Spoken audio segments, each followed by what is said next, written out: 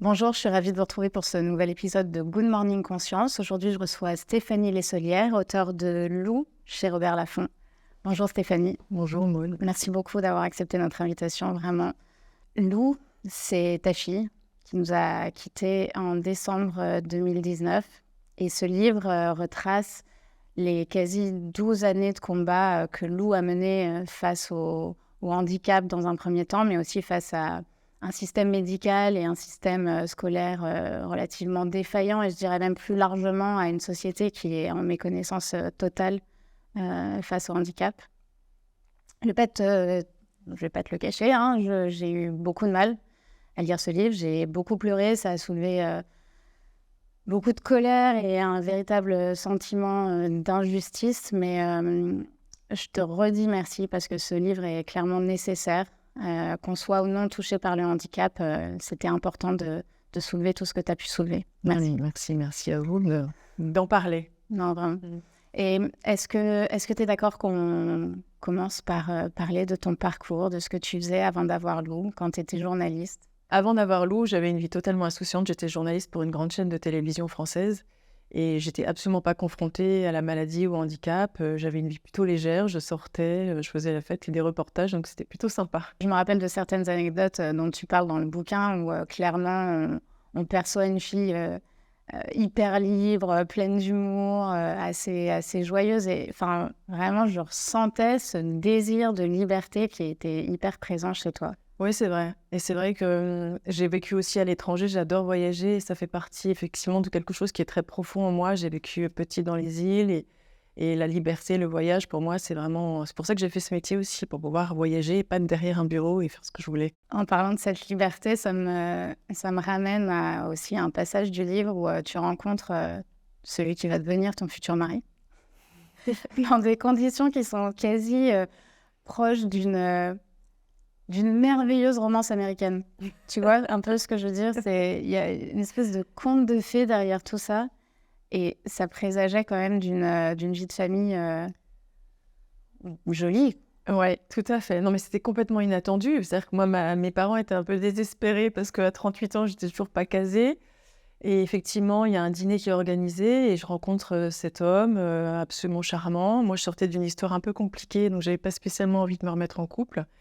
Et en fait, tout est fluide, tout est beau, tout est simple. Et je me dis, finalement, l'amour, c'est ça, le bonheur, c'est ça. Et je me lance dans cette histoire où tout est simple pour la première fois de ma vie.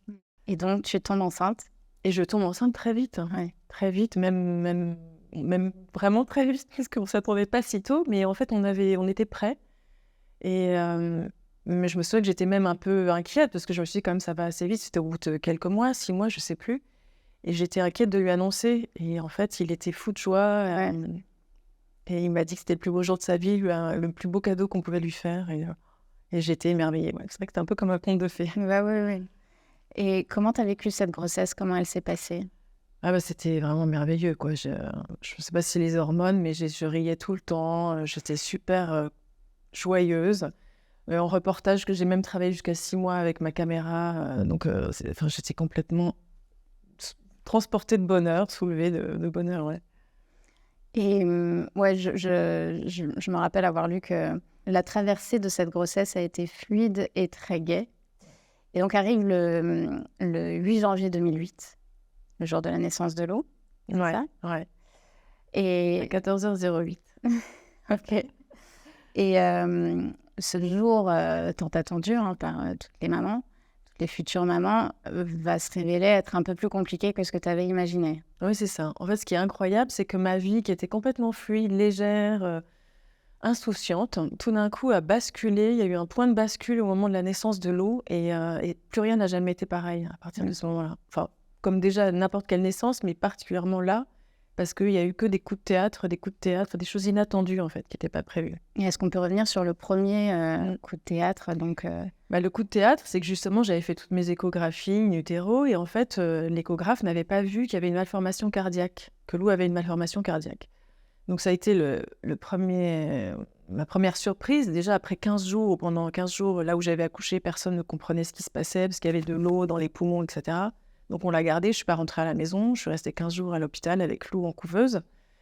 Et enfin, quand elle a été transférée dans un grand hôpital avec des cardiologues pédiatriques dignes de ce nom, entre guillemets, ils ont vu qu'il y avait une malformation cardiaque congénitale. Donc là, ça a été le premier choc. Ni moi, ni mon mari, personne dans la famille n'avait de malformation cardiaque. Et donc, le médecin m'a expliqué que c'était comme quelqu'un qui a les yeux bleus et vous, les yeux marrons, c'est comme ça.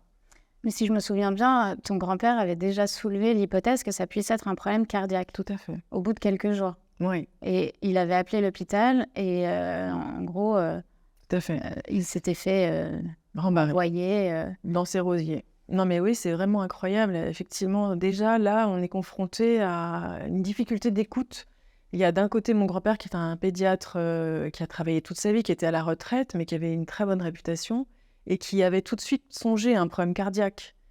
Et on lui a dit non, occupez-vous. Voilà, il y a une espèce de scission. On peut pas. Voilà, il y a d'un côté les pédiatres hospitaliers et de l'autre les autres. Il n'y a pas de communication possible. Et effectivement, a posteriori, c'est avéré qu'il avait raison.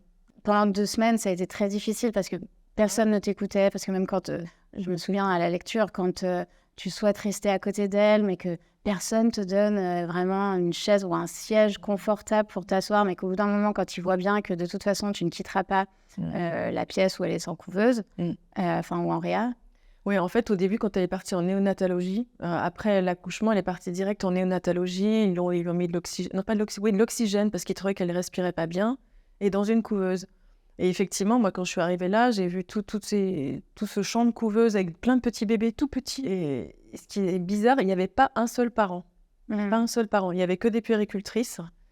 Et moi, c'était même pas possible que je ne sois pas à ses côtés. D'ailleurs, je me suis levée, à peine l'épisiotomie recousue, et tout le monde me disait « mais madame, madame », et en fait, je ne pouvais pas, c'était plus comme moi, j'avais besoin de comprendre ce qui se passe, et on sent qu'on dérange, ouais. Mais du coup, parallèlement à ça, parallèlement à ces quelques jours vécus avec tous ces points d'interrogation, au moment où tu as cette annonce qu'elle a une malformation cardiaque, il y a quand même quelqu'un de très bienveillant, de très humain qui prend un paperboard et qui t'explique exactement comment ce qui se passe dans son corps, comment les choses vont se passer, et qui te dit « Vous inquiétez pas, madame, tout va bien se passer ». Voilà. Mais alors moi, je pense que c'est la différence entre les services et les hôpitaux. On est passé de l'hôpital où j'avais accouché, où ils comprenaient rien, et où en fait, ils ont fait plusieurs échos cardiaques, mais sans être des spécialistes, et donc ils n'ont rien compris. Ensuite, on a été transféré dans un grand hôpital spécialisé pédiatrique, où là, il y a des cardiopédiatres qui l'ont vu, et tout de suite, je me souviens très bien, tout de suite, les commentaires, c'est là, tu vois, ouais, le chante, là, ouais. Et tout de suite, ils ont compris. Et on voit aussi que d'un service à l'autre, il y a vraiment une grande différence. Là, c'était une qualité, je n'ai rien à dire là-dessus, humaine et professionnelle, où ils ont pris le temps de nous installer dans une pièce, enfin, j'étais seule à ce moment-là, mon mari travaillait, d'expliquer, de faire un croquis, et d'avoir ce geste d'humanité, de me prendre la main en disant « vous inquiétez pas, ça ira bien », même si au fond d'elle, elle ne devait pas savoir si ça irait bien, elle ne sait rien. Mais moi, ça m'a donné de l'énergie pour être auprès d'elle. Et l'opération a lieu, et donc moi, je suis complètement sur mon petit nuage, je me dis que ça va aller, et tout d'un coup, je vois quelqu'un qui court dans le couloir, et mon mari me dit « il y a un problème avec Lou ». Et je lui dis « non, c'est pas possible, il n'y a pas de problème avec Lou, tu t'inquiètes pour rien, tu t'en fais tout le temps, il est très angoissé de nature ». Et en fait, on ne la voit pas revenir. Et puis l'opération qui devait durer 4 ou 5 heures dure 8 heures. Et puis 9 heures, vraiment des heures et des heures et des heures. Et donc, effectivement, mon mari me dit, il y a un problème, c'est plus long que prévu. Mais moi, j'y croyais pas. Et quand je n'y ai cru que quand la personne est revenue, donc cette fameuse anesthésiste qu'on avait vu courir, c'était effectivement parce que Lou avait un problème sur la table d'opération. Et elle nous a dit, voilà, tout s'est très bien passé. Donc moi, j'ai soufflé, mais elle m'a dit, mais... Et là, elle m'a dit, mais on n'a pas pu refermer votre fille. Donc là, moi, l'incompréhension totale. Et elle me dit, elle est en réanimation, et on la garde le temps qu'elle elle fait des crises d'hypertension artérielle pulmonaire. Donc c'est complètement barbare, je ne comprends rien de ce qu'elle me dit. Mais ce que je sais, c'est qu'elle est en pronostic vital engagé. À demi-mot, elle ne le dit pas, mais elle dit, voilà, maintenant, tout dépend d'elle. Donc là, je tombe...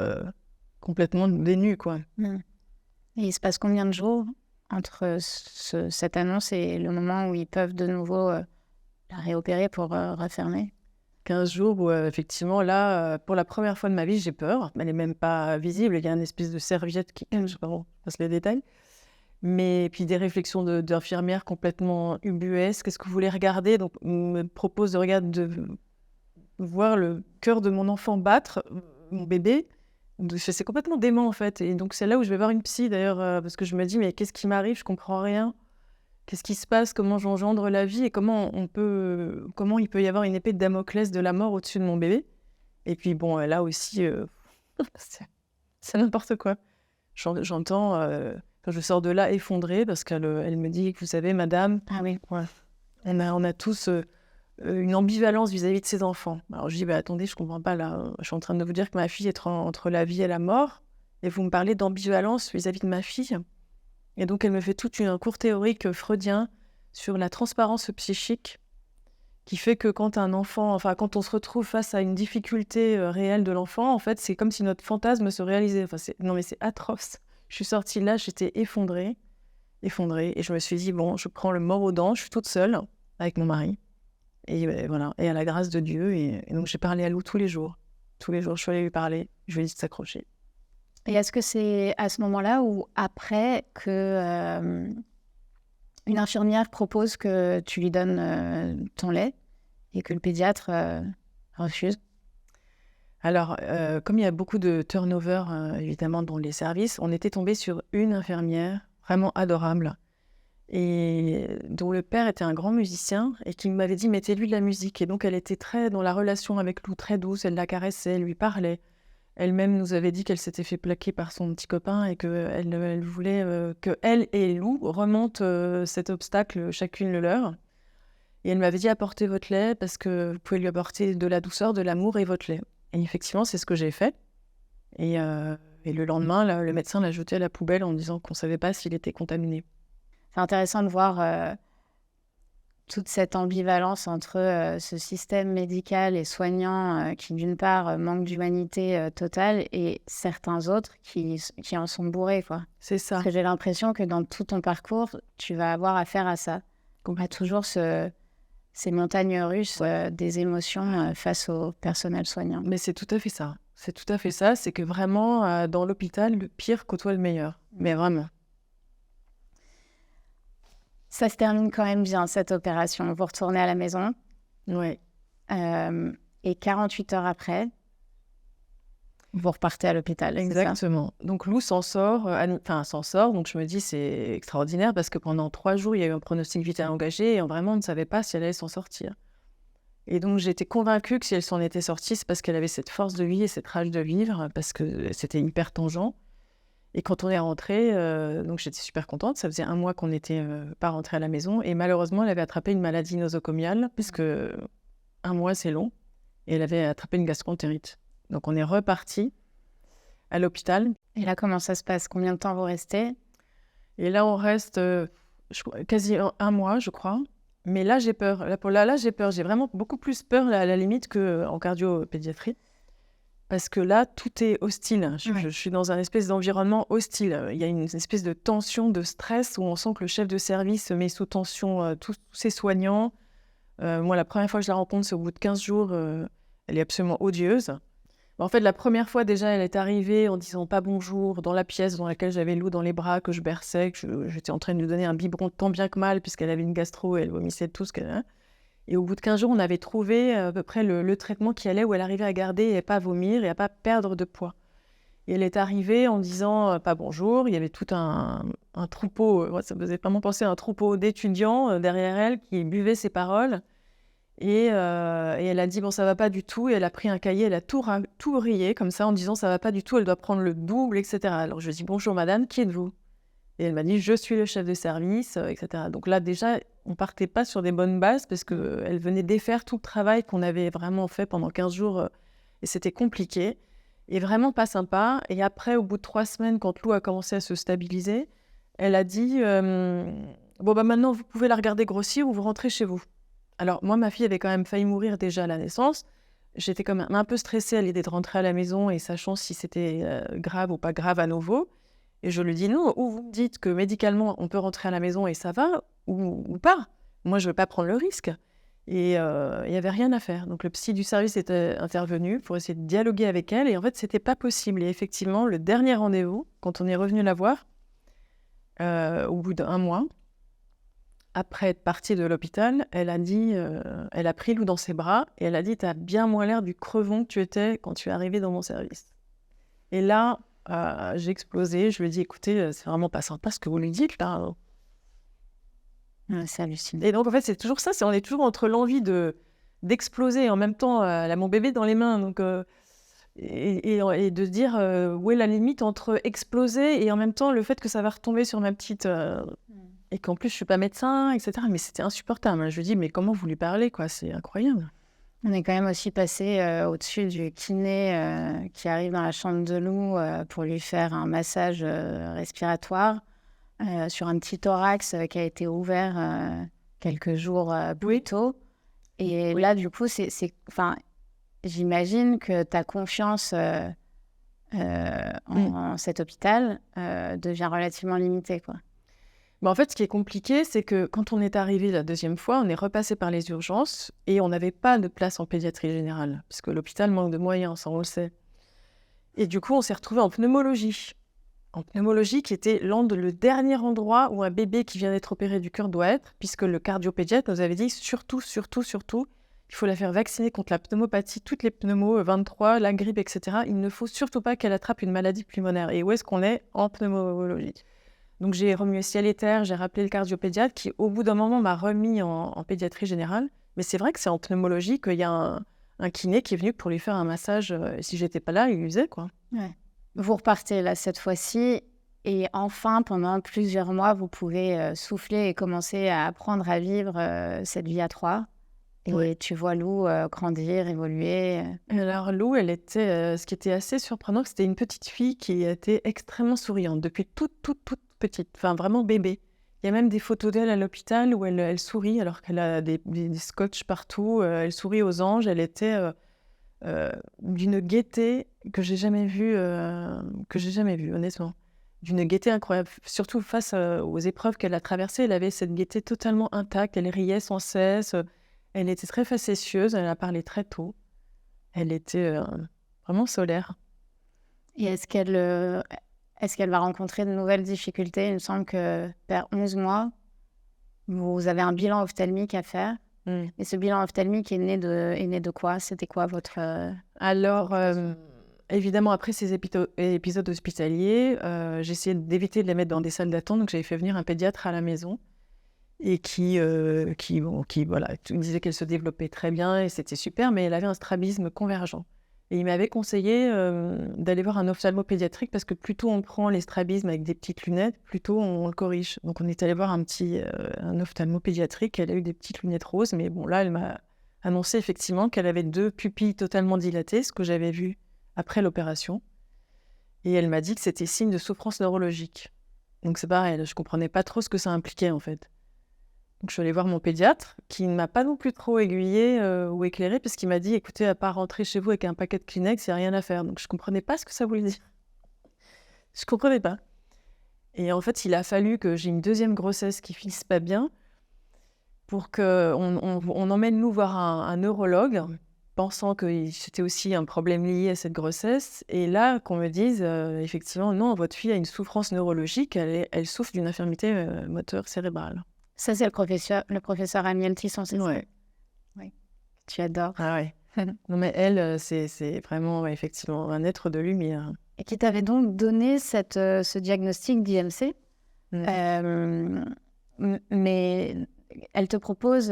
parce que avant ça, le pédiatre qui t'avait parlé d'un trouble neurodéveloppemental te propose de faire des séances de kiné, et puis la kiné ou de psychomotricité, voilà. Puis elle vient avec une brosse à dents sous les pieds. Donc pour moi, ce qui n'est pas... ce qui peut permettre de sentir certaines choses, mais en tout cas, ça suffit pas, quoi, clairement. Ah bah non, quand Amiel Tisson a dit ça, elle a dit « Mais qu'est-ce que c'est que ça? Ça va pas du tout, quoi !» Donc effectivement, j'avais oublié cet épisode de brosse à dents sous les pieds parce que c'était tellement anecdotique. Elle venait, elle lui faisait 3 coups de brosse à dents, elle repartait et c'était tout. Et quand j'ai raconté ça au professeur Amiel Tisson, elle est tombée de l'armoire en me disant « Mais ça va absolument pas, il faut faire 3 séances de kiné par semaine, de rééducation totale, avec des exercices très spécifiques, avec une méthode qui s'appelle le métayer, etc. » Donc moi, on apprend l'ergothérapie pour les mains, l'orthopsie pour les yeux, enfin bon. Donc on apprend toute une... Mais le professeur Amiel Tisson, elle perçoit une infirmité motrice cérébrale de par son vécu, de par ses compétences. mais c'est pas révélé par une imagerie, par une IRM à ce Non. moment-là. C'est Non, juste j'étais elle, là. ce qu'elle connaît de son vécu, de ce C'est qu'elle a ça. pu voir chez d'autres enfants. Et du coup, à quel moment vous la faites, cette IRM? Et ça montre bien que Lou a une atteinte neurologique et une lésion neurologique. On l'a fait quand Lou fait une crise d'épilepsie, vers l'âge de 2 ans, je crois, 18 mois, 2 ans. Et je la retrouve en train de convulser dans son lit, grand mal, enfin vraiment polyclonie. Donc là, je comprends tout de suite ce qui se passe. On file aux urgences à nouveau pédiatriques. Et là, on fait une imagerie cérébrale. Et effectivement, on voit deux zones lésées dans le cerveau, où il conclut dans un premier temps à une maladie neurodégénérative qui vient complètement contredire le diagnostic du professeur Amiel Tison, qui est quand même la pionnière en neuropédiatrie. Hein. Ouais. Et qui est quand même un immense professeur. Et donc, pareil, on m'a dit, oui, mais elle a la retraite, etc. Et elle s'était juste basée sur les simples exercices des jambes, etc. Et elle n'avait pas d'imagerie à l'époque. Et elle a quand même soigné des milliers d'enfants. Et donc, pendant 3 mois, on pense qu'elle a une leukodystrophie dégénérative, la fameuse maladie dont un livre a été issu d'ailleurs d'un auteur aussi qui a écrit sur ses filles. Et donc, on ne vit plus parce que c'est une maladie terrible. Et on attend pendant 3 mois les résultats parce qu'il faut faire une biopsie de peau et une ponction lombaire. Donc la pauvre s'est payée une ponction lombaire et une biopsie de peau. Et il se trouve que c'était le professeur Amiel Tison qui avait raison. Et pareil, il n'y a eu aucune excuse. Et la personne qui nous avait dit ça sur un petit tabouret au milieu d'un couloir, ma fille dans les bras, qui pleurait, et qui était totalement insensible, d'une froideur, d'une technicité épouvantable, n'est pas venue s'excuser. Et c'est le chef de service qui est venu... non pas pour s'excuser, mais pour dire c'est plus compliqué que ce qu'on pensait. Et je lui dis, vous savez, les mots, madame, ont un sens. Dire qu'on va confirmer un diagnostic, c'est pas la même chose que de dire infirmer. Vous nous avez plongé dans l'angoisse pendant 3 mois. Ce que je trouve dingue, moi, c'est qu'on est confronté à une violence institutionnelle. Déjà, on a la violence de l'épreuve de vie, qui est, bon, bah voilà, on n'a pas le choix, hein, je veux dire, une malformation cardiaque, une opération, encore on a la chance, on est un pays où on peut faire opérer nos enfants, mais en plus on est violenté par l'institution. Moi c'est ça que je trouve le plus inacceptable. Alors après moi je comprends qu'ils ont leur stress, ils ont peur d'être attaqués, etc. Mais c'est quand même effroyable, quoi. Ils se rendent pas compte. Et ce qui est difficile à entendre en fait, c'est que on traite l'humain et c'est un humain qui traite un autre humain et pourtant ça manque d'humanité totalement, quoi. Enfin, Voilà. Après encore une fois, c'est aussi important, puisqu'on l'a soulevé déjà plusieurs fois depuis le début de l'interview, c'est important de ne pas mettre tout le monde dans le même panier et de ne pas incriminer tous les médecins et tous les soignants. Ouais. Parce qu'il y en a des super, et tu en as rencontré des super, et j'en ai rencontré des super. Donc, mais quand même, c'est important de montrer les failles et de faire émerger ça. Alors, Lou a 3 ans et demi, et là, elle va rentrer en maternelle. Tu es super fière d'elle parce que... Je suis super fière d'elle, ouais. Déjà parce qu'elle est propre juste avant d'aller à l'école, alors que pendant... C'est compliqué, quand on la mettait sur un pot, elle tombait, parce qu'elle n'avait pas de tonus axial. Et donc, on s'était dit, mais comment elle va faire pour aller à la maternelle? Parce qu'elle n'est pas propre, elle faisait encore pipi au lit le soir. Et en fait, je ne sais pas ce qui s'est passé. La veille ou une semaine avant la rentrée scolaire, aucun problème. Elle était propre, elle parlait déjà extrêmement bien. Elle parlait sujet, verbe, complément super bien.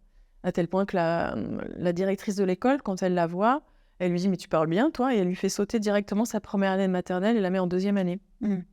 Mais elle me l'apprend que 2 après-midi par semaine, parce que c'est compliqué pour elle. Et qu'est-ce qui est compliqué précisément pour elle? Non, mais déjà, tout est compliqué. Moi, mon école du quartier, personne n'en veut, parce qu'il n'y a pas d'ascenseur, parce que c'est pas de plein pied, que les écoles qui sont de plein pied, c'est pas les maternelles, mais c'est les CE1, mais donc on va pas changer l'ordre des choses pour une élève.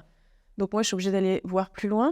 Et donc, plus loin dans le quartier, je vais dans un autre quartier beaucoup plus loin. Il y a une école qui est semi-privée. Donc, bon, il faut quand même aussi dire que c'est pas à la portée de tout le monde, ce qui est quand même pas tout à fait normal, qui l'accepte parce qu'elle est de plein pied et aussi parce qu'il y a des tout petits effectifs et que Lou est quand même assez encore fragile, elle attrape facilement des rhumes, etc. Ils sont 10 ou 15 en classe. Mais là, elle m'annonce le jour de la rentrée qu'elle apprend que 2 après-midi par semaine parce que c'est compliqué. Donc moi, je suis désespérée. Pareil, je me dis, mais comment je vais faire pour travailler? Moi, c'est pas possible. Donc là j'ai négocié 3. J'ai réussi 3 après-midi par semaine.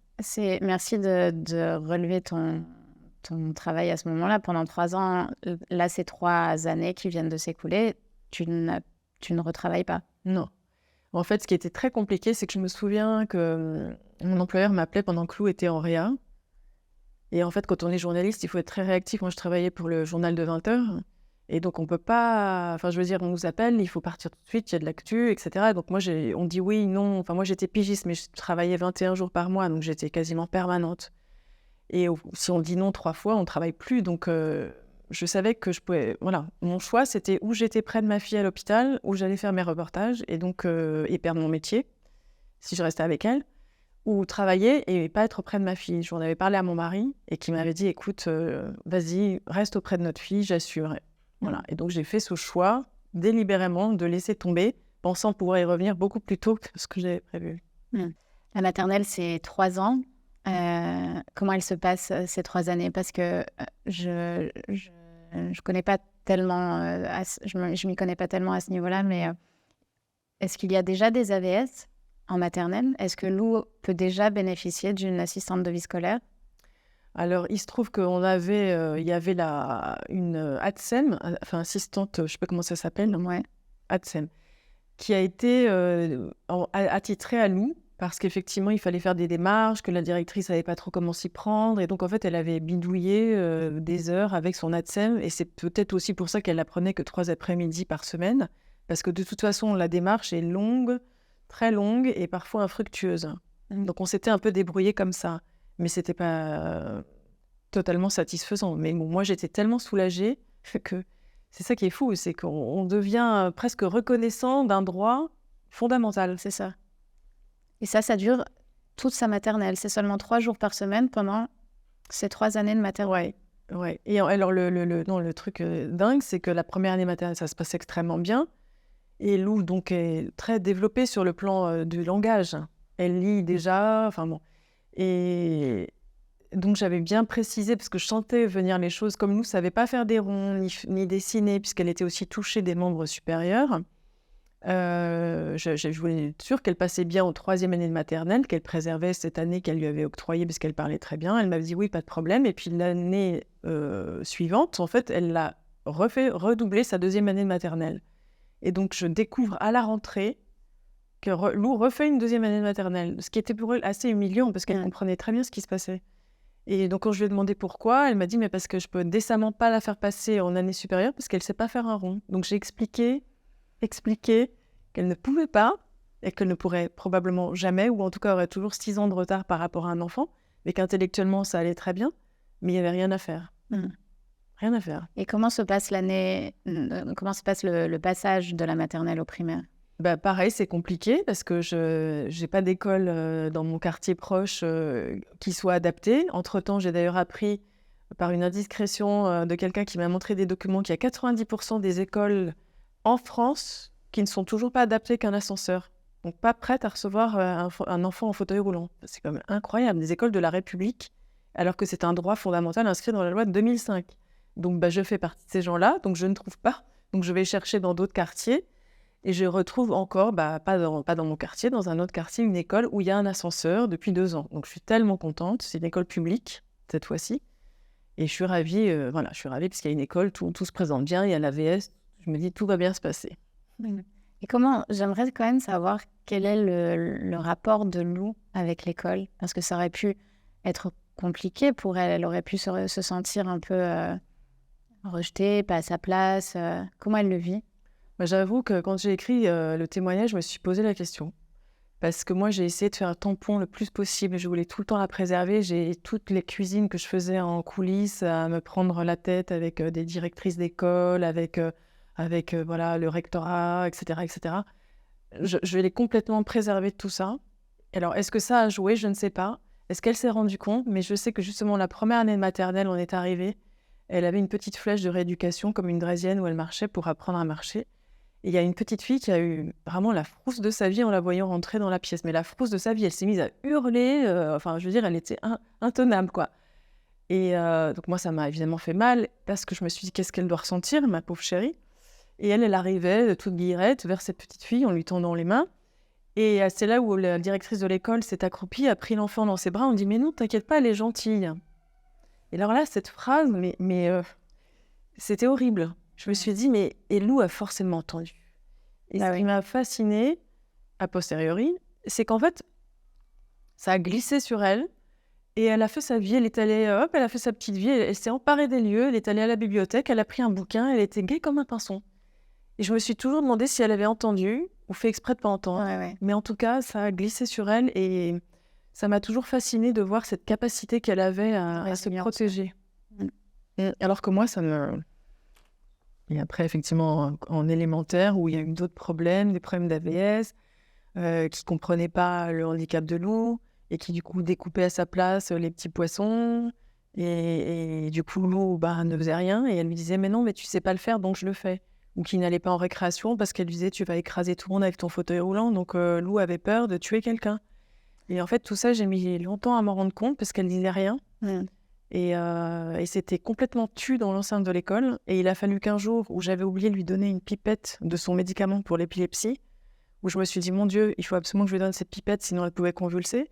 J'ai couru à l'école et là, j'ai découvert ma fille sur sa coque moulée, c'est-à-dire pas son fauteuil roulant, mais sur sa coque de classe où elle pouvait absolument pas bouger, plantée au milieu de la cour au mois de novembre sans manteau. Et alors là, c'était terminé. J'ai sorti ma fille de l'école pendant 3 mois parce que je voulais changer d'AVS, qui était responsable d'elle, et on m'a dit que c'était pas possible. Mais du coup, ce problème avec certaines AVS, parce qu'encore une fois, ça fait partie de tous les autres corps de métier, on incrimine personne. Tout à fait. Certaines écoles, certaines AVS, c'est vraiment une question de... Mais c'est une problématique de formation, tu penses? Parce que ça me paraît quand même fou. Une AVS, une assistante de vie scolaire, elle a l'habitude de travailler avec des enfants porteurs de handicap. Elle sait que découper à sa place, c'est pas lui rendre service, ou lui dire même, je le fais parce que tu sais pas le faire. Je veux dire, alors là, honnêtement, j'ai pas d'explication. Enfin, moi, je pense qu'effectivement, clairement, il y a un manque de formation et de revalorisation de ce métier. Là, c'était une femme qui avait 4 ou 5 enfants, qui avait besoin de travailler, et comme elle était en fin de droit au chômage, elle a fait AVS. Et des personnes comme ça, j'en ai vu beaucoup. Beaucoup. Donc, il y a un problème de formation, il y a un problème de sensibilité, et il y a clairement un problème de compréhension, parce que j'ai quand même... je veux dire, c'est quand même juste du bon sens. À un moment donné, quand on dit elle est handicapée, ses mains ne peuvent pas découper comme n'importe qui, c'est maladroit, mais plus elle le fait, plus elle va récupérer. Et de lui dire non, c'est trop lent, tu es trop lente, je vais le faire, je ne sais pas. C'est une absence de bon sens pour moi. Et quand tu la retires pendant ces 3 mois de l'école, à l'issue de ces 3 mois, il se passe quoi? Déjà, personne n'était d'accord parce que j'avais parlé au directeur de l'école qui m'a dit qu'il lui avait remonté les bretelles, donc il l'a fait 2 fois. Et moi, je lui ai dit, écoutez, ça ne suffit pas, parce qu'effectivement, c'est fait la 2e fois que vous lui remontez les bretelles, ça ne sert à rien. Donc, moi, je veux changer d'AVS. Donc, après, on rentre dans les méandres administratifs. Il faut faire venir un inspecteur qui va constater sur place que l'AVS ne traite pas bien Lou. Donc, j'avais appelé le pôle des AVS en disant, écoutez, si un inspecteur vient, c'est évident que l'auxiliaire de vie scolaire va bien se comporter. Donc, pourquoi est-ce que je réexposerais ma fille à un stress alors qu'on connaît la réponse, que je connais la réponse, que le directeur connaît la réponse? Donc, quelle mère peut faire ça? Et elle m'avait répondu, madame, laissez-nous faire notre travail parce que sinon, on ne peut pas vous aider. Donc, donc j'ai retiré Lou de l'école. Voilà. Et donc, ça a été mal perçu. On m'a dit que j'étais agressive, etc. Mais pourquoi aurais-je exposé ma fille à un stress qu'elle ne supportait pas? Après l'école élémentaire où j'ai retiré Lou pendant 3 mois, je lui ai fait l'école à la maison. J'ai trouvé une école privée où là, je me suis dit, ça se passera bien, il y a un ascenseur. Et là, pareil, une incompréhension totale. Donc, je ne sais pas si on n'a pas eu de chance, parce que je sais que parfois, ça se passe très bien, puisque à la campagne, il y a eu un épisode de 2 ans à la campagne où ça s'était extrêmement bien passé avec une directrice d'école adorable qui a dit « Lou est une élève comme les autres, il n'y a aucun problème ». Et puis, dans d'autres écoles où c'était vraiment incroyable. Lou était privée de sortie parce qu'elle ne pouvait pas aller dans un car, parce que, voilà, soi-disant pour des questions d'assurance. Les quelques sorties qu'on a fait, c'était dans des lieux totalement inaccessibles, avec des pavés partout, c'était infernal. C'était vraiment incroyable. Et puis pareil, un cahier d'écriture, alors qu'en fait, ça la fatiguait et que l'exercice d'écriture est coûteux. Et donc, j'ai appris qu'elle lui faisait faire des exercices d'écriture dans mon dos. Et impossible, elle avait supprimé les maths en estimant qu'elle était nulle en maths et elle mettait des étoiles à toutes ses notes. Donc, j'ai saisi le défenseur des droits 2 fois quand même, cette année-là. Et arrive l'entrée au collège, c'est ça? Voilà, je suis contente aussi. Je suis contente à nouveau parce que c'est ça, c'est vraiment... Oui, c'est ça. C'est des hauts et des bas en permanence. Pardon. Je suis hyper contente parce que là, je n'ai aucun collège au mois de juillet. C'est-à-dire que la dernière directrice de l'école, et je lui avais demandé de m'aider à trouver un collège, et je me suis rendu compte que tous les collèges que j'avais choisis m'ont tous refusé, après avoir parlé à cette directrice d'école. Donc j'ai écrit à Brigitte Macron, qui m'a répondu une très belle lettre, en disant qu'elle était très sensible à la cause et qu'elle passait à Sophie Cluzel. Ça n'a été suivi aucune conséquence. Et donc à la fin, j'ai dû mettre en boucle 10 personnes, le maire, le rectorat, enfin bref, tout le monde, en disant est-ce qu'il faut quémander en 2019 une place au collège? Parce que moi, on est au mi-juillet, j'ai aucun collège qui la prend, elle a 17,5 moyenne générale. Alors là, pareil, vous êtes très agressive, pourquoi vous prenez des choses comme ça? Et j'ai trouvé un collège, et c'était merveilleux. Alors là, c'était vraiment génial, elle s'est éclatée. Ouais. Elle avait plein de copines. Elle avait plein de copines. Le proviseur m'avait dit, écoutez, madame, on la prend à la cantine. Donc c'est pareil, j'avais l'impression que c'était Noël. Je lui ai dit, mais c'est vrai, vous la prenez à la cantine. Personne n'a jamais voulu la prendre à la cantine. Oui, ça, c'est quelque chose qui m'avait quand même interpellée. C'était son plaisir d'aller à la cantine. C'est un moment où elle peut se retrouver avec ses copines. Et là, elle était privée de cantine parce que personne ne pouvait porter son plateau. Personne ne pouvait l'aider à porter son plateau, c'est ça? Parce qu'effectivement, moi, en élémentaire, toujours dans l'optique de retravailler, moi, je veux dire, je suis obligée de payer quelqu'un finalement pour aller lui faire les allers-retours, autant que ce soit moi, parce que sinon, c'était une partie du salaire qui passait. Ouais. Et donc, moi, l'idée, c'était qu'elle puisse faire des journées continues et avoir une nounou à payer que le soir. Et ben non, c'était pas possible parce qu'il n'y avait pas d'assez de contrats d'auxiliaire de vie scolaire. Ouais. Donc, j'avais proposé qu'on porte le plateau, c'était pas possible pour des questions d'assurance. Donc, en fait, c'est tellement lourd administrativement qu'il y a même le bon sens et même l'entraide, la charité, ça n'existe plus. Donc là, la proviseure m'avait dit, mais bien sûr, ses camarades porteront le plateau. Enfin, du bon sens, une fois de plus, quoi. C'est ça qu'il faut. Mais elle avait une auxiliaire de vie géniale. Et surtout, elle adorait étudier, elle adorait lire. Elle était une super bonne élève et elle était très accrocheuse. Elle voulait vraiment s'en sortir. Elle voulait être institutrice. Pendant longtemps, elle voulait être nounou ou kiné ou danseuse. Donc, c'était un peu compliqué parce que de lui expliquer qu'en fauteuil et que je pense qu'elle espérait marcher un jour comme les autres parce que c'est vrai qu'on lui donnait beaucoup d'espoir aussi. Et parce que moi, j'avais beaucoup d'espoir. Elle tenait debout. Elle commençait à marcher en déambulateur au bout de vraiment 10 ans. Et donc, elle était très méritante. Et bon, on a dû quand même lui dire que c'était compliqué parce qu'elle adore les enfants. De porter un bébé tant qu'elle n'était pas sécure, etc. Qu'il fallait peut-être mieux choisir un autre métier. Et je lui avais dit, comme tu adores écrire, tu as une imagination débordante, que tu es curieuse de tout et que tu adores les enfants, pourquoi pas institutrice? Et je me souviens, elle m'avait pris dans les bras, elle m'a dit, maman, merci. Merci, maman, parce que je sais ce que je veux faire maintenant. Et donc, elle bossait, elle travaillait, elle voulait faire ça. Je veux revenir sur ce dont on parlait au tout début, sur la méconnaissance du handicap. Parce que j'ai l'impression aussi que dans cette expérience, les gens confondent déficit cognitif et handicap, ou font un amalgame en tout cas de ça. C'est-à-dire que si on connaît tellement pas le handicap, j'ai même l'impression que clairement ça fait peur. On voit un enfant arriver en fauteuil roulant, il a forcément un problème intellectuel. Alors que ça a dû être difficile aussi de faire entendre ça de manière récurrente, parce que même si très rapidement les établissements ont pu s'en rendre compte que Lou était archi brillante, y a comme... Est-ce que tu as l'impression qu'un amalgame est fait à ce niveau-là? Oui. Mais en fait, ce qui est compliqué, c'est ça, c'est qu'il y a plein de handicaps différents. Donc, quand on parle handicap, les gens ne savent pas est-ce que c'est handicap intellectuel, handicap moteur. Je pense que déjà, le mot handicap regroupe tellement de réalités tellement différentes que c'est compliqué. Et après, c'est vrai que, y compris dans l'infirmité motrice cérébrale, il y a différents degrés.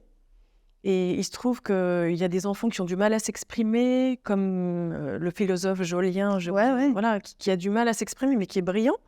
Et d'autres qui Lou avait aucune difficulté à s'exprimer, mais par exemple, elle faisait quasiment tomber régulièrement des choses qui lui échappaient des mains parce qu'elle avait une mauvaise prise des doigts.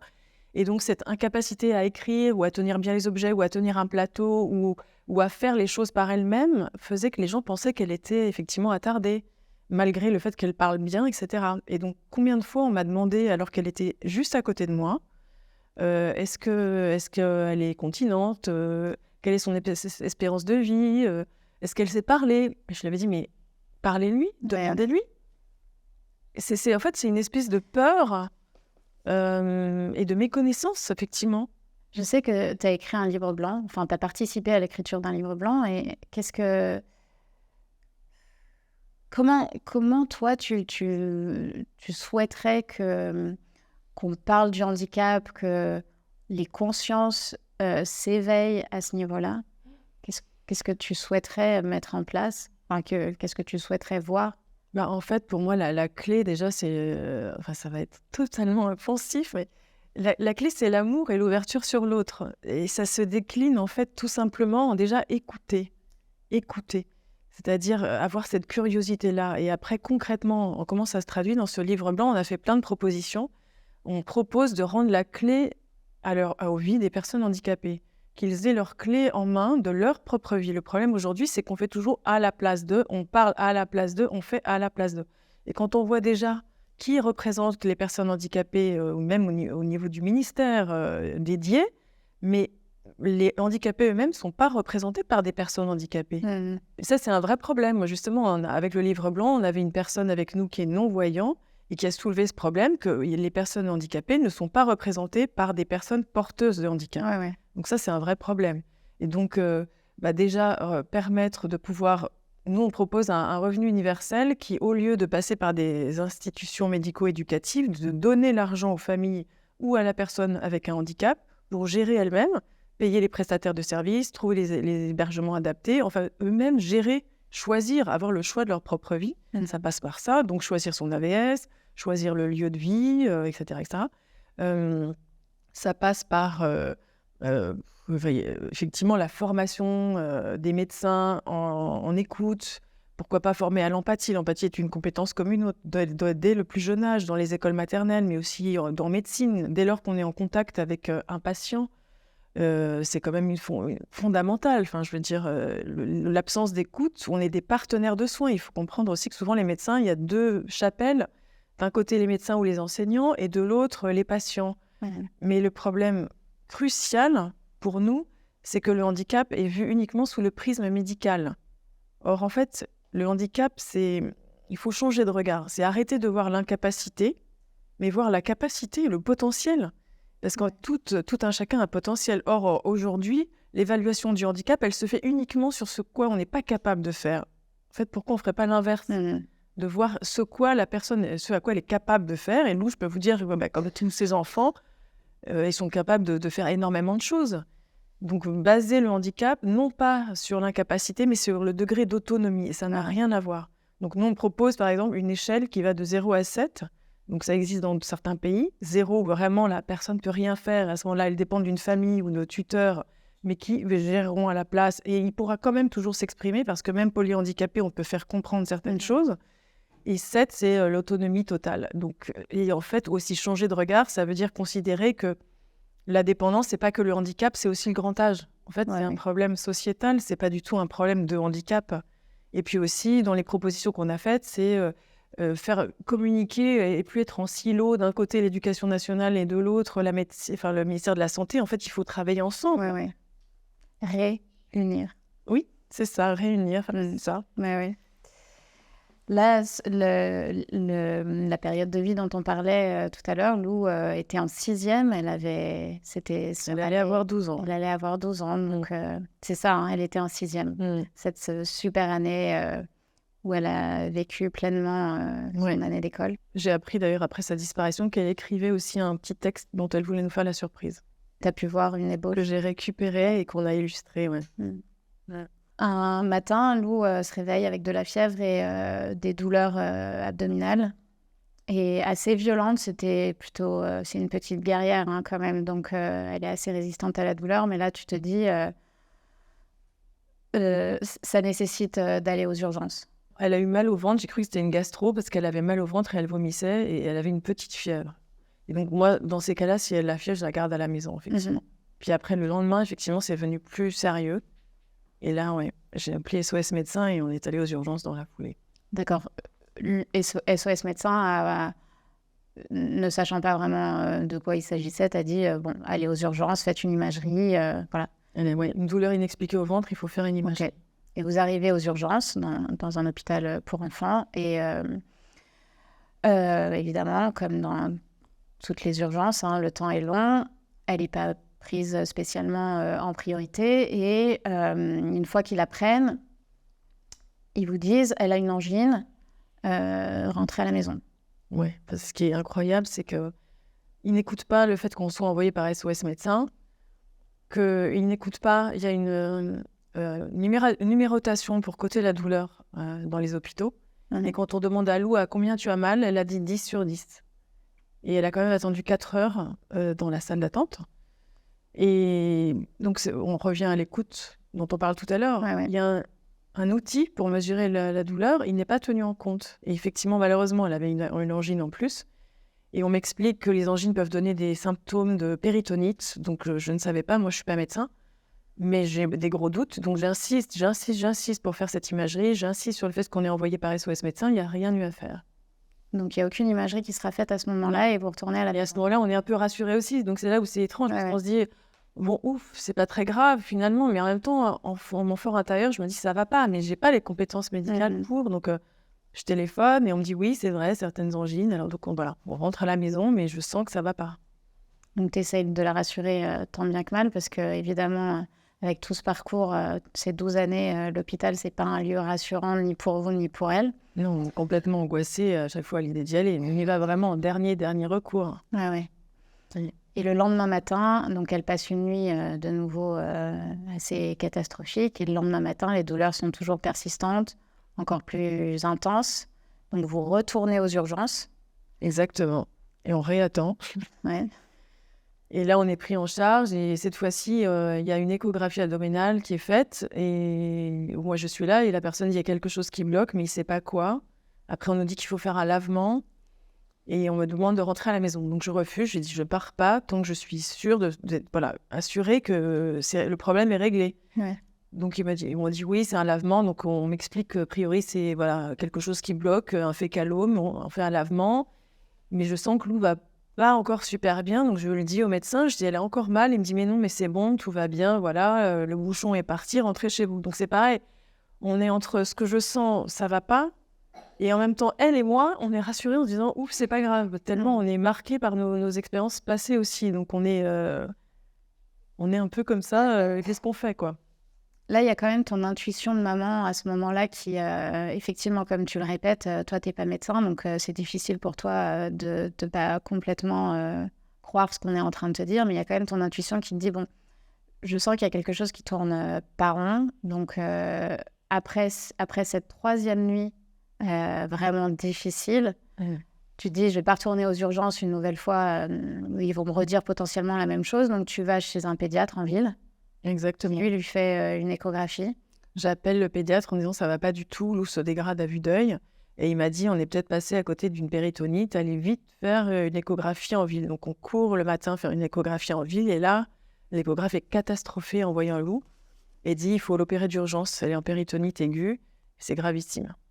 Donc t'appelles Paul, ton mari, et il part avec elle aux urgences. Donc là, tu te dis, on a une imagerie, on sait ce qu'elle a maintenant, on arrive à l'hôpital, ils la prennent en urgence, au bloc opératoire, l'histoire est réglée et on rentre à la maison dans 5 jours, quoi. Mais complètement. Mais en fait, à tel point que je me souviens encore que j'étais soulagée, c'est dingue, c'est incroyable de me dire, ouf, c'est une péritonite. Non mais c'est dingue. Ça, je me dis, on sait ce qu'elle a, on sait enfin ce qu'elle a, donc on va la traiter et on va rentrer à la maison.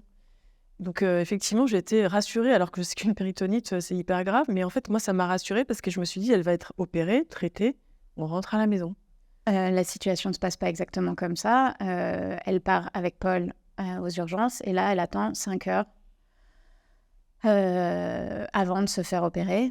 Et hallucinant, je me souviens dans le bouquin, donc il y a une histoire de clé du bloc qu'ils ne trouvent pas. Donc on est quand même dans un hôpital sérieux, un hôpital pour enfants.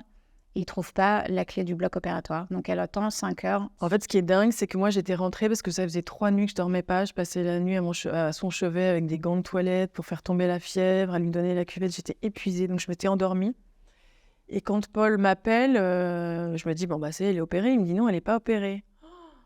Et là, je me dis, non, mais comment ça, elle n'est pas opérée? Et il m'a dit, elle t'appelle. Elle veut que tu viennes. Donc là, par contre, là, ça allait plus du tout. Là, j'ai le cœur qui est parti à 300. J'ai enfilé un jean, j'ai couru comme une malade jusqu'à l'hôpital. Et là, je vois ma fille sur un brocart. Et donc, je sais même pas ce qui s'est passé entre-temps. A posteriori, j'ai appris qu'on lui avait infligé un lavement, qu'elle avait fait une tachycardie. Enfin, c'était effroyable. Donc là, j'apprends qu'elle a même pas fait son scanner, qu'ils lui ont donné un antalgique, mais du Nubin. Du Nubin, c'est même pas de la morphine. Je lui ai dit, mais pourquoi vous lui donnez pas de la morphine? Donc, elle a encore mal. Et donc là, par contre, je suis super en colère. Donc, je lui dis, mais comment elle n'a pas fait son scanner? Alors, on me dit, ben non, parce que c'est d'abord la réanimation qui passe. Je lui dis, mais ça fait 5 heures qu'elle est là en péritonite. Donc, je lui dis, il n'y a personne dans votre tube, elle y va tout de suite. Donc là, hop, on met Lou dans le tube qui était tellement douloureuse qu'on n'arrivait même pas à la porter. Elle revient ensuite, je lui dis, il est où le chirurgien? Donc là, il n'y avait plus de chirurgien. On avait paumé la clé des blocs. On n'a pas la clé. Le chirurgien on ne trouvait pas le chirurgien. Donc là, moi, j'étais là, je fulminais. Le chirurgien arrive au bout d'un quart d'heure. Je me souviens, elle faisait 1m10, les bras levés. Mais bon, je me souviens d'une petite puce arrivée, mais vraiment nonchalante. Moi, je me suis dit, il y a une enfant qui est en pronostic vital potentiellement engagé et elle arrive tranquillement. Donc, je lui ai dit, mais pourquoi vous ne l'opérez pas tout de suite? Et elle m'a dit, il faut que je regarde le scanner, madame. Il faut quand même que je sache ce qui se passe. Donc, odieuse en plus. Et puis après, 10 minutes, un quart d'heure, 20 minutes. Et je lui dis, mais enfin, madame, quand est-ce que vous allez l'opérer? Et elle m'a dit, parce que vous savez qu'il y a quelque chose qui bloque, vous? C'est très embêtant ce que je vois là. Donc, moi, prise de bouffée d'angoisse, je me dis, qu'est-ce qui se passe? Il y a une tumeur. Enfin, c'est affreux. Affreux. J'ai l'impression d'être dans un film parce qu'il n'y a rien qui va normalement. Il y a comme un espèce de rouleau compresseur du destin qui est en marche et je peux rien faire. Je peux rien faire. Je suis là à voir ma fille qui souffre, qui me dit, maman, je vois tout noir. Et je sens qu'elle va partir, et moi je suis là, je peux rien faire, c'est juste horrible. Suite au départ de Lou, il y a un rapport d'expertise qui a été engagé. Est-ce que vous avez eu un retour? Comment ça s'est passé? Oui, alors effectivement, après ce qui s'est passé, on était tellement anéantis, on s'attendait tellement pas à ce que ça se finisse comme ça moi j'ai voulu tout de suite saisir le tribunal et on nous a proposé de faire un rapport médical judiciaire ou judiciaire médical pour pouvoir voir si on peut porter ensuite au tribunal. Et donc ça prend du temps, ça prend de l'énergie, ça prend de l'argent. Et ça fait juste 2 ans que Lou est partie maintenant, que encore l'hôpital doit commenter. Et bon, après, voilà, c'est très technique, très compliqué, c'est particulièrement atroce aussi. Mais c'est important pour nous pour pouvoir reconnaître que la responsabilité, elle n'est pas du côté de notre fille, mais de la leur. Et on a pour le moment une reconnaissance à 50%. Donc j'avoue, je ne sais pas quoi en penser, parce que d'un côté, je me dis 50% de perte de chance si elle avait été prise en charge, c'est faible. Et de l'autre, c'est aussi une forme de reconnaissance, voilà. Alors, je suis entourée d'avocats, ma sœur est avocate, mon mari est avocat. On me dit que en général, c'est rare d'obtenir ça parce que les hôpitaux se battent pour ne pas payer. Mais je pense que c'est important de le faire, ouais. Et voilà, je continuerai, je vais voir si... Je sais pas. Je sais pas quoi en penser. Je me dis, j'aimerais plus, mais je vais voir. Il y a une question similaire que je pose à tous les invités de Good Morning Conscience. Et la réponse est forcément induite par leur vécu. Mais si tu devais te projeter dans 10 ans, il ressemblerait à quoi ton monde idéal? Mon monde idéal? Bah écoute, mon monde idéal, ce serait un monde où il y a de l'écoute, un monde où il n'y a pas de compétition, mais de la collaboration, où il y a... Moi, je suis très, très sensible justement à la réunion de toutes les compétences, de tous les savoirs, de tous les gens, de toutes les cultures. Moi, ce qui m'a sauvée pendant toutes ces années, c'était évidemment le caractère de Lou, qui était solaire et qui était une vraie leçon de vie pour moi, mais aussi le yoga. Le yoga, c'est quelque chose qui m'a vraiment sauvée. Et j'ai découvert dans cette pratique, justement, le fait de relier son corps et son esprit, de relier l'intérieur et l'extérieur. Et c'est ce que j'ai essayé d'enseigner aussi à ma fille, qu'il n'y a pas de frontières et que le monde idéal, c'est un monde de collaboration plutôt que de clivage. Ça fait un peu bisounours. Non, mais pas du tout. Si c'est pas, enfin, c'est clairement à ce moment-là qu'on peut être un bisounours. Si on ne met pas tout l'amour que l'on a et tous nos idéaux dans cette question de quel serait notre monde idéal, alors on ne le met jamais, quoi. Mais complètement. Et en fait, Lou, elle m'a permis d'exprimer ça aussi, en fait, finalement. Moi, je me dis que c'est vrai que je sais plus où est-ce que je lisais ça, que c'est pas. On dit qu'on met nos enfants au monde, mais moi, je pense que c'est nos enfants qui nous mettent au monde. Et elle m'a permis, justement, avec sa spécificité, le fait qu'elle puisse pas marcher, de voir à quel point il a fallu ouvrir les champs des consciences, montrer qu'elle était une enfant comme les autres, enfin, une enfant avant tout, et pas un fauteuil roulant, dépasser les préjugés, faire vaciller certains préjugés. Et ouais, et finalement, il y a beaucoup, beaucoup de personnes qui l'ont côtoyée et qui nous ont dit, à moi, à mon mari, à mon fils, que vraiment, ça avait chamboulé leur manière de voir la vie. Et je pense que c'est ça qu'elle a réussi à faire dans ma vie aussi. Pour finir cette interview, si tu es d'accord, est-ce que tu souhaites partager avec nous une citation, une chanson, un livre, un film, quelque chose qui t'a inspiré? Par rapport à mon vécu, moi, j'ai pensé à une citation de Martin Luther King qui dit qu'une injustice commise quelque part est une injustice commise dans le monde entier. Et effectivement, moi, je pense que ça rejoint ce que je disais tout à l'heure sur l'union, le fait qu'on ne peut pas être indifférent à une injustice ou à une personne qui souffre, parce qu'à ce moment-là, on est indifférent à tout le reste. L'autre personne à qui je pense, c'est Lou Andréas Salomé, qui m'a inspiré le prénom de ma fille. J'avais lu sa biographie écrite par Françoise Giroud, que j'ai trouvée merveilleuse. C'était une femme, une aventurière, une pionnière, une intellectuelle, une beauté, l'égérie d'un grand poète que j'adore, qui s'appelle Rilke, et qui a aussi inspiré des hommes, des philosophes comme Nietzsche et Freud. Et j'ai voulu appeler Lou de ce nom-là parce que pour moi, c'était la symbolique d'une femme forte, libre, belle, intelligente, avec toutes les bonnes fées qui s'étaient penchées sur son berceau. Ça n'a pas été le même destin pour ma fille, mais bon. Non, mais elle est partie avec ce joli nom. Merci beaucoup, Stéphanie. Franchement, vraiment, merci beaucoup d'être venue merci à toi chez nous. Merci. Et merci d'avoir partagé avec nous cette histoire. Merci beaucoup. Et merci, Lou. Merci. Je tiens à remercier chaleureusement Villa Violet, notre équipe technique et BA Prod pour leur soutien solidaire et qui nous permettent de mettre en place cette émission qui est utile, nécessaire à tous pour envisager un monde meilleur. On se retrouve la semaine prochaine. À très vite.